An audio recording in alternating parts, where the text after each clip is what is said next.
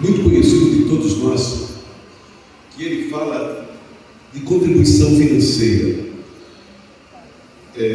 Eu gostaria de, se nós tivéssemos outro meio para que Deus abençoasse a igreja, porque Deus tem um compromisso com a sua igreja, com o seu povo, a não ser através da contribuição. É a contribuição que eu vou falar. Se tivesse, eu falaria, mas não tem. A Assembleia de Deus é uma igreja que gosta de falar muito pouco em dinheiro. E tem pessoas que são até contra assumir acerca desse assunto, que se revoltam. E quem esteve na reunião de obreiros do domingo? Foi um assunto interessante acerca da rebeldia contra lideranças, contra autoridades constituídas por Deus e os males que isso traz às nossas vidas.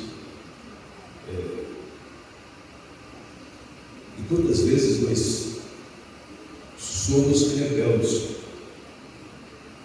não contra o pastor, mas contra Deus, porque a palavra que vamos falar não é a nossa palavra, é a palavra de Deus.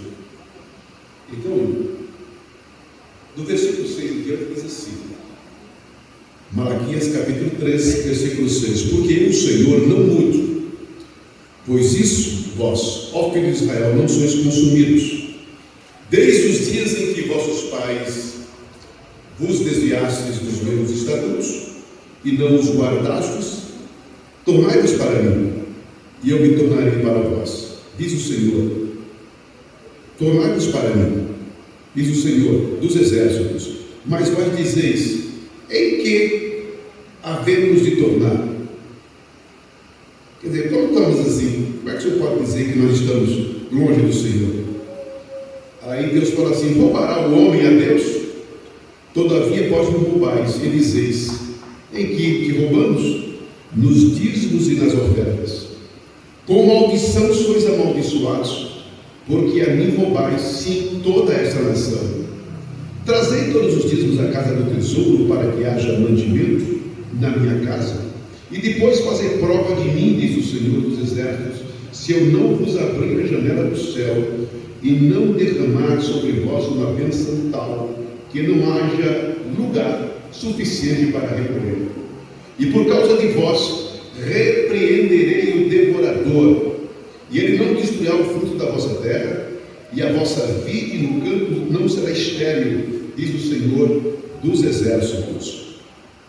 E todas as nações vos chamarão de bem-aventurados, porque vós sereis uma terra deleitosa, diz o Senhor dos exércitos. Amém? Glorificado é o nome do Senhor. Meus queridos irmãos, esse profeta foi levantado por Deus numa época de uma crise espiritual da nação de Israel. Eles tinham vindo do cativeiro, mas não se via neles um ajuste espiritual. Passaram 70 anos na escravidão, longe da sua terra, e a Bíblia é muito clara que Deus os protegeu e os levou para aquela terra para que eles pudessem aprender algumas coisas espirituais. Era normal, eles deveriam trabalhar por 7 anos, arando a terra, plantando, e um ano após, eles haveriam de descansar, mas assim não faziam. Eles já haviam tirado aquele tempo para o descanso da terra, e diz a Bíblia que eles passaram por 70 anos de escravidão. Realmente foi o tempo que eles roubaram de Deus, os anos que eles eram para estar descansando a terra, não plantando, e eles, pela ganância, eles não deixaram essa terra descansar. Então Deus cobrou tudo de uma vez. Esse povo foi por 70 anos para o cativeiro, e ali sofreram, padeceram e voltaram para a terra, voltaram para a sua terra. Houve a reconstrução do templo e muitas coisas ali, mas o povo não adorava a Deus reconhecendo o senhorio de Deus, reconhecendo a sua grandeza, a sua bondade, o seu amor. E Deus levanta esse profeta, o nome de Malaquias, para exortar não só o povo, mas os sacerdotes que estavam fazendo coisas que não deviam, exercendo a sua função como sacerdotes de uma maneira relaxada, desprezível. E Deus trata com todas as pessoas através desse profeta. E um dos problemas que nós vemos nesse texto da palavra de Deus é quando eles iam levar os animais para o sacrifício, os sacerdotes escolhiam os piores para sacrificar, e os melhores ficavam com eles. Eles ofereciam a Deus no sacrifício os cabritos, mancos, noviços, cegos, doentes, e aquilo que de melhor ficava para eles. E Deus falou: se vocês não se inventarem, eu vou tratá-los de uma maneira muito severa. E quando nós olhamos para esse texto da palavra de Deus, nós vemos que nosso Deus é um Deus imutável. Ele fala assim: eu sou o Senhor e não mudo. Por isso vós, ó filho de Israel, já não sois consumidos. Eu não acabei com vocês de uma vez, porque eu sou um Deus misericordioso. Eu fiz uma aliança, eu fiz um pacto com vocês. Então, pelo pacto que eu fiz, vocês vão preservados, mas vocês mereciam ser extirpados da terra. É o que Deus promete. Às vezes, nós olhamos para aquela nação que nunca para de guerrear. Quando nós pensamos que está tudo bem ali, vai ver uma bomba que joga uma bomba atrás. Mas tudo é fruto da desobediência. As piores coisas acontecem naquela nação de Israel. Coisas terríveis. Coisas terríveis acontecem ali e abominam a palavra de Deus. Então, infelizmente, sofrem as consequências. Nós somos o povo de Deus. E nós precisamos ter a preocupação de entender e compreender quais são os princípios da palavra de Deus para a nossa vida.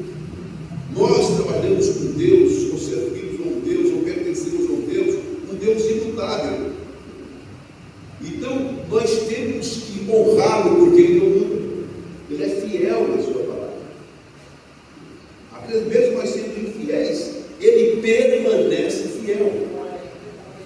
Não é que Ele está provando certas atitudes que nós temos, é porque Deus é fiel. Não é verdade? E às vezes nós pensamos: está tudo bem, porque eu orei e Deus respondeu. Não é? Ele respondeu porque Ele é fiel. Ele falou assim: clama a mim, e responde: eu te irei. Então, quando nós olhamos para a palavra de Deus, nós podemos entender e compreender que nós vivemos um tempo de uma nova aliança. E essa aliança de Deus para com o povo dele não permanece para sempre. Aqueles que aceitaram Jesus como Salvador, entregaram a sua vida ao Senhor, têm sobre a sua vida a salvação em Jesus Cristo. Mas esse Deus é um Deus que não muda. E pelo fato de muitas vezes não sermos fiéis, Ele perdoa os nossos pecados, Ele perdoa nossas faltas, Ele nos enche do Espírito Santo novamente, Ele restaura a nossa comunhão com Ele. Por quê? Por causa da fidelidade dele. Porque Ele diz na sua palavra que o sangue de nosso Senhor e Salvador Jesus Cristo, a capaz de quê? Nos purifica de todo o pecado. É o sangue de Jesus que nos faz isso. Não é porque somos bons, não é porque somos perfeitos. Então, Deus nos chama esta noite para fazer uma reflexão numa área da nossa vida que precisa ser trabalhada muito bem. Muito bem. É a questão das nossas ofertas e contribuições na causa do Senhor. O princípio de Deus é esse, que Deus, Ele abençoa aquelas pessoas que têm mãos abertas para a sua obra, para o seu trabalho. Quando você olha para esse texto aqui, você vai ver Deus falando com eles: olha, a bênção que estava sobre vocês foi suspensa. Olha aqui no versículo 7 em diante, fala assim: ó, desde os dias dos vossos pais vos desviaste dos meus estatutos, versículo 7, e não os guardastes. tornai-vos para mim, e eu me tornarei para vós, diz o Senhor dos Exércitos. Mas vós dizeis: em que havemos de tornar? Eles se faziam de arrogados, faziam de mal informados, não faziam questão da palavra de Deus. Nesses versículos, Deus explica porque as suas bênçãos foram retidas. Aí Deus fala: roubará o homem a Deus? Todavia me roubais, e dizeis: em que te roubamos? Nos dízimos, nas ofertas, disse o Senhor. Com maldição sois amaldiçoados, porque a mim me roubais, sim, toda esta nação. Trazei todos os ídolos à casa do tesouro, para que haja mantimento na minha casa, e depois fazem prova de mim, diz o Senhor. Se eu não vos abrir a janela do céu e vos derramar sobre vós uma bênção tal que não haja lugar suficiente para recolher-vos. Que Deus maravilhoso é esse, que não fica devendo nada para ninguém. E por causa disso eu vos repreenderei o devorador, e ele não destruirá o fruto da vossa terra. A vossa vida no campo não será estéril, diz o Senhor dos Exércitos. Todas as nações os chamarão de bem-aventurados. O que quer dizer? Eles reconhecerão a bênção de Deus nas vossas vidas, porque vós sereis uma terra deleitosa, ou uma terra produtiva, uma boa terra, diz o Senhor dos Exércitos. Aqui, nesse texto, ele está mostrando as causas que as bênçãos foram retidas, e o caminho que as pessoas precisariam trilhar para que as bênçãos de Deus fossem derramadas sobre a vida deles. Deus não se recusa a abençoar o seu povo, desde que nós cumpramos as condições para tais. Deus quer operar milagre, Ele quer operar milagre. Da parte dele, Ele está disponível. Da parte dele, Ele pagou o preço da nossa saúde, da nossa bênção. Mas o que tem que fazermos para alcançar isso? A Bíblia é muito enfática e diz assim: se creres, verás a glória de Deus. A Bíblia fala, é muito clara, que Jesus não fez mais sinais em Cafarnaum. Por quê? Porque fala por causa da dureza do coração daquele povo. Ele queria fazer, ele podia fazer, mas a dureza de coração, esses corações fechados, impossibilitaram de Jesus fazer milagres em Cafarnaum. Muitas das vezes Deus quer operar em nossas vidas, quer dar-nos uma bênção plena, quer fazer com que nós saiamos de um nível para outro nível de bênção em nossas vidas, mas por causa da nossa incredulidade espiritual, por causa de não acreditarmos que Deus é fiel na sua palavra. Poxa vida, eu vou dar o dia, diz Deus vai abençoar. Eu acredito que a nossa atitude, ela vai dizer isso: daí Deus não faz não, Deus não opera. Você pode, não vai dar certo não. Está no Velho Testamento. É interessante que todo mundo leu o Salmo 23, e o Salmo 23 está onde? Está no Novo ou no Velho Testamento? Está no Velho Testamento. Salmo 91, que bênção, né? Salmo 46, Velho Testamento. Isaías 53, Velho Testamento. Malaquias 3, Velho Testamento. E tantos outros textos do Novo Testamento que nos incentivam a abrir nosso coração para ser generosos para com nossos irmãos, para com a obra de Deus, para com as viúvas e necessitados, enfim, para tantas coisas. É a palavra de Deus. Jesus próprio falou assim: dai-vos. Quem sabe esse versículo? Dai-vos e ser-vos-á dado. Como é que eu gasto o versículo? Boa medida, recalcada, quer dizer que sacudida, transbordante, é promessa de Deus.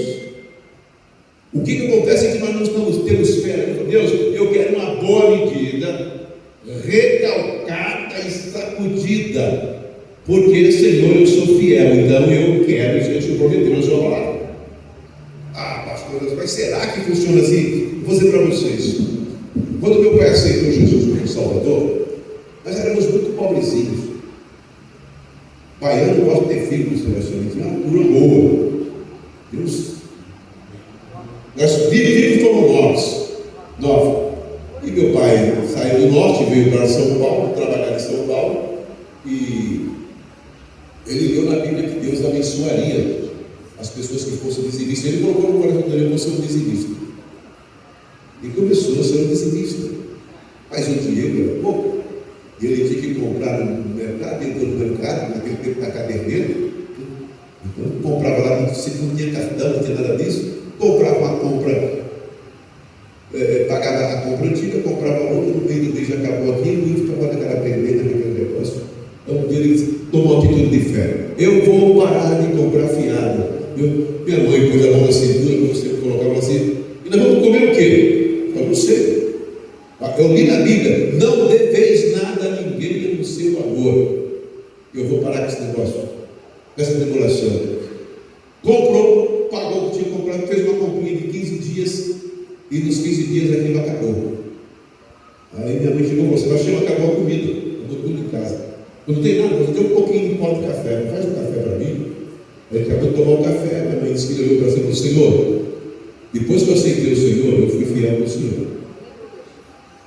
Eu sempre procuro andar segundo a tua palavra. Então prova para mim agora a tua fidelidade na minha vida. Não pode ficar tranquila, da vez aqui, vai dar tudo certo. O nosso problema é falta de fé, irmãos. É fé, é agir com fé, acreditar em Deus. Naquele dia, não tinha nada para comer. Ficamos, dormimos até muito tarde. Fomos para o culto, não se faltava no culto por causa disso. Ia para o culto. E também não tinha carro, ia tudo a pé. Tudo a pé. Eu me lembro de uma vez que eu me lembro.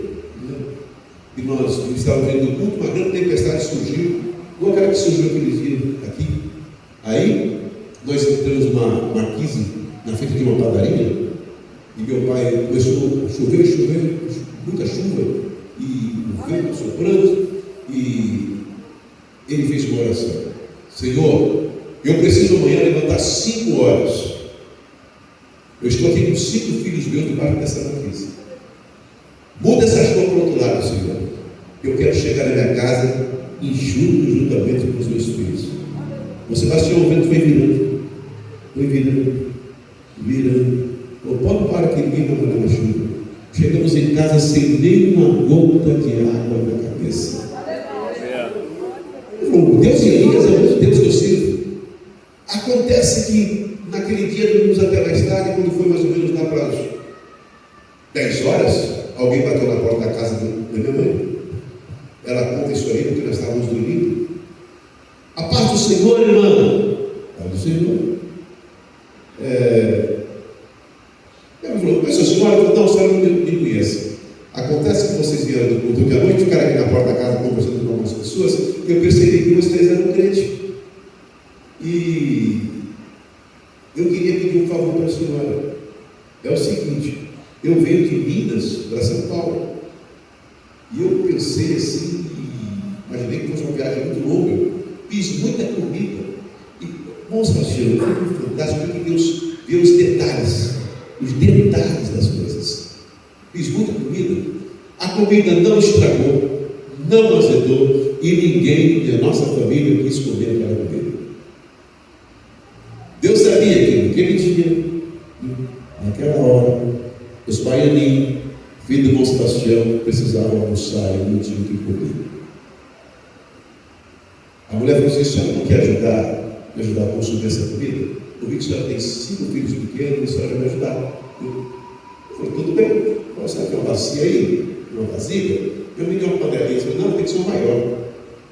Uma bacia desse tamanho assim, levou para a mulher lá, e a mulher pôs um monte de comida, cheio de carne, tanta coisa naquela vasilha, trouxe para casa, e minha mãe colocou os pratos na mesa, e aí chamamos para almoçar. Almoçamos, agradecemos a Deus. Minha mãe disse assim, porque minha mãe, uma coisa que ela sempre foi grata a Deus. Eu quero ser grata a Deus. Volta lá, vamos voltar lá, agradecer a irmã que nos deu a comida. Vamos, voltamos todos na casa da irmã, e chegamos lá. Minha mãe disse: olha, irmã, eu quero agradecer a senhora pela comida, estava muito boa e tal. e tinha um irmão sentado assim, um bigode desse também, parecendo bigode do irmão Antônio Carlos, assim. Aí, olhando para mim, olhando para nós, aí ele falou assim: ô irmã, esse menino come arroz? Come arroz, hein? Aí falou para o garoto de 17 anos: pega esse saco de arroz e leva lá para a irmã na casa dela. E feijão? Feijão também, mas filho de baiano, feijão. Leva um saco de feijão para eles. Eu acho que tinha farinha. Aquelas carnes, pastor, de lata que se fazia antigamente, e conserva na gordura, né? Não tinha geladeira, era isso. Guardava tudo dentro de uma lata, né? Carne de lata que se chamava. Leva essa carne para esses meninos. E doce, vocês gostam de doce? Gostam de doce. Manda essa lata de doce de leite para eles, essa lata de goiabada. Para terminar a história, irmãos, aqueles 15 dias que faltavam para terminar o mês, foi a melhor refeição que tivemos do que os tempos passados. Passou o mês, meu pai quitou a dívida do armazém, não ficou devendo nada, fez a nova compra, nunca mais comprou fiado na vida dele. Nunca mais. Mas por que esse homem tinha a ousadia e a fé para chegar em Deus e reivindicar isso de Deus? Por causa da fidelidade. É a fidelidade que nos dá essa ousadia de chegar diante de Deus. Então, queridos, é isso que Deus falou: eu quero abençoar vocês, eu quero dar bênção para vocês, mas vocês não dão as condições necessárias da aliança que fizemos, de vocês serem fiéis. E nas nossas vidas hoje acontece isso. Muitas das vezes nós estamos no nível da providência de Deus. É o pão de cada dia. Não, o pão de cada dia hoje. Amém, tudo bem, mas Deus quer nos levar para além disso. Deus não quer que você se limite o pão de cada dia. Seja, tudo bem, é providência de Deus, mas Deus quer ir muito mais além. Deus quer nos abençoar muito mais. É bênção de Deus quando Deus usa alguém para me abençoar. Mas mais bênção ainda é quando eu sou um abençoador de pessoas. Vocês entendem que o nível é diferente? Poxa vida, alguém me abençoou, graças a Deus alguém me abençoou. Mas quando eu sou um canal de bênção para a vida dos outros,